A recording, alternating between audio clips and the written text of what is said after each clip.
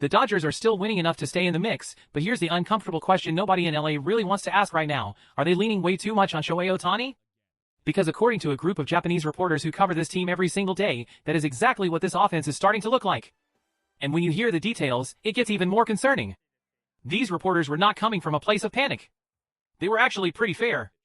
They looked at the Dodgers as a team still loaded with talent, still dangerous, still capable of beating anybody. But they also saw a lineup that looks thinner than it should, an Ohtani swing that does not seem fully right, and a team that is putting a lot of energy into helping Roki Sasaki find his footing. And once you connect all of that together, the picture becomes a lot more complicated than just saying, it's early or they'll be fine. One of the clearest examples came from how they compared two Dodgers games. Against Chris Sale, they thought the Dodgers looked like the Dodgers. That was the kind of game where runs were hard to find, but they still found ways to grind through at-bats, get key hits, and punish mistakes. When the Braves made an error, Ohtani made them pay with a timely hit. That felt familiar. That felt like a disciplined, dangerous lineup that can win even when offense is hard to come by. But then the very next game gave them a totally different feeling. Through 7 innings, the Dodgers had only 2 hits. 2! And what really stood out was not just the number. It was how fast the offense disappeared inning after inning. It felt like every frame was over in a blink. Yes, Spencer Strider was good, but the point these reporters made was simple. The Dodgers never really made him work. And for a lineup this talented, that says a lot. That led to the biggest takeaway of all. One of the reporters, Dylan Hernandez, basically said it feels like Ohtani dependence has started. In other words, if Ohtani hits, the Dodgers have a real shot. If he does not hit, or does not at least get on base, everything gets much harder. Think about how serious that sounds. This is not some bottom-tier lineup hoping for one superstar to carry them. This is the Dodgers.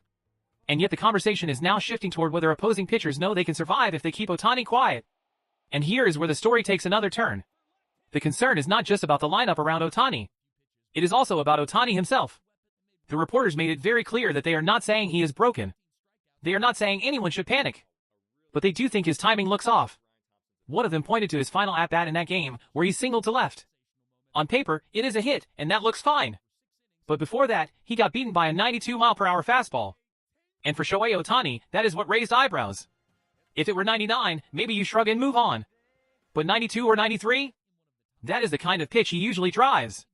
So when he is getting beaten there, you start asking questions. And this is where things get really interesting.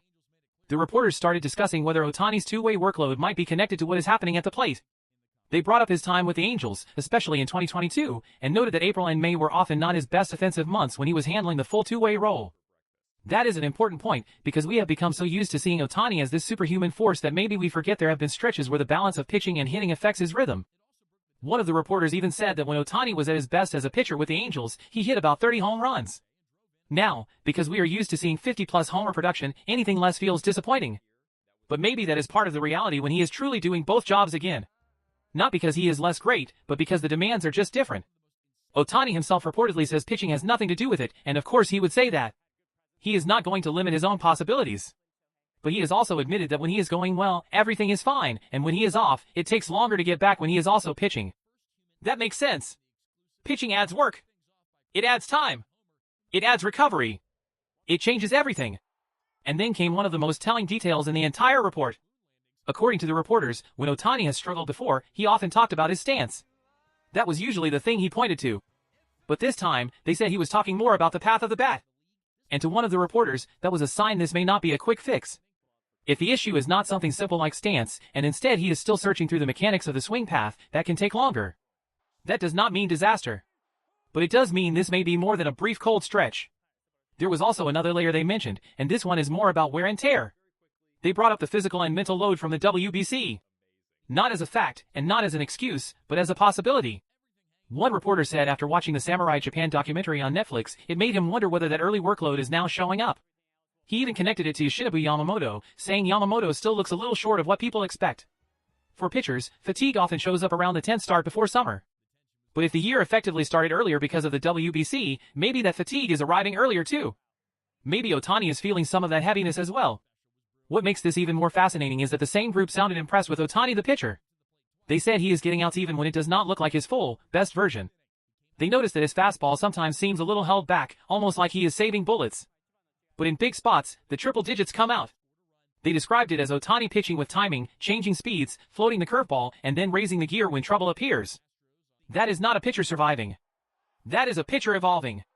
They also think he may be picking up things from Yamamoto. Hernandez said Ohtani appears to be changing the shape of his split at times, making it shallower, more of a weak contact pitch. In other words, he is not just overpowering guys. He is changing looks. He is adapting. He is adding more layers. So on the mound, the story is actually pretty encouraging. But at the plate, the concern remains real. One reporter said the hitting is pretty worrying.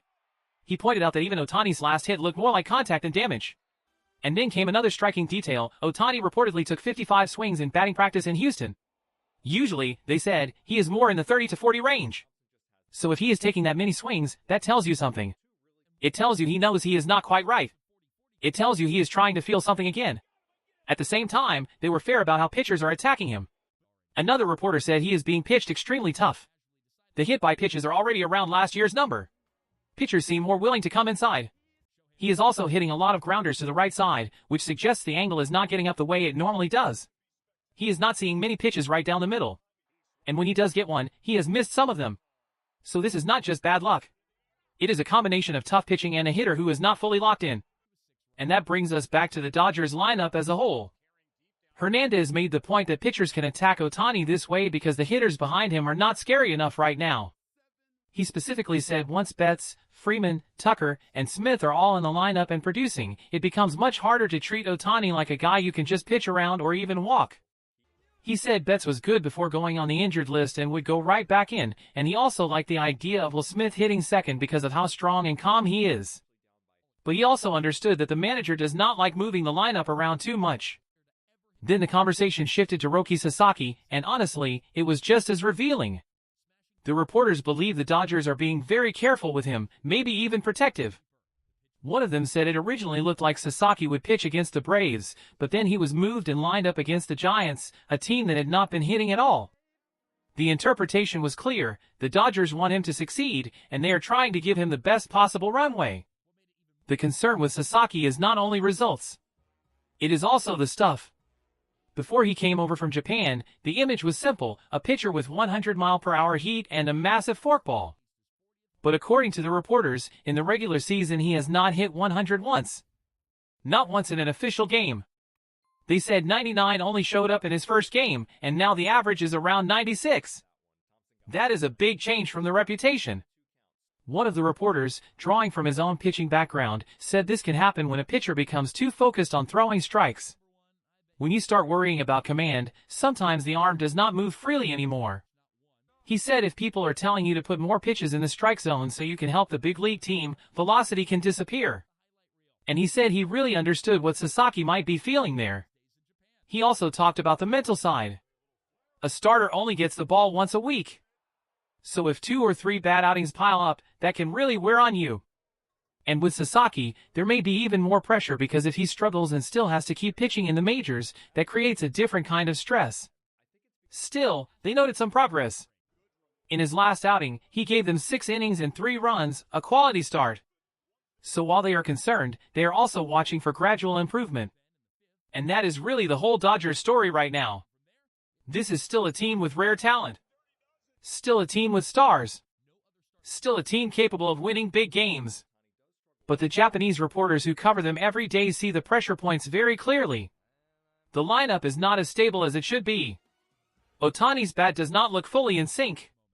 His pitching is impressive, but his two-way load may be making the offensive rhythm harder to find.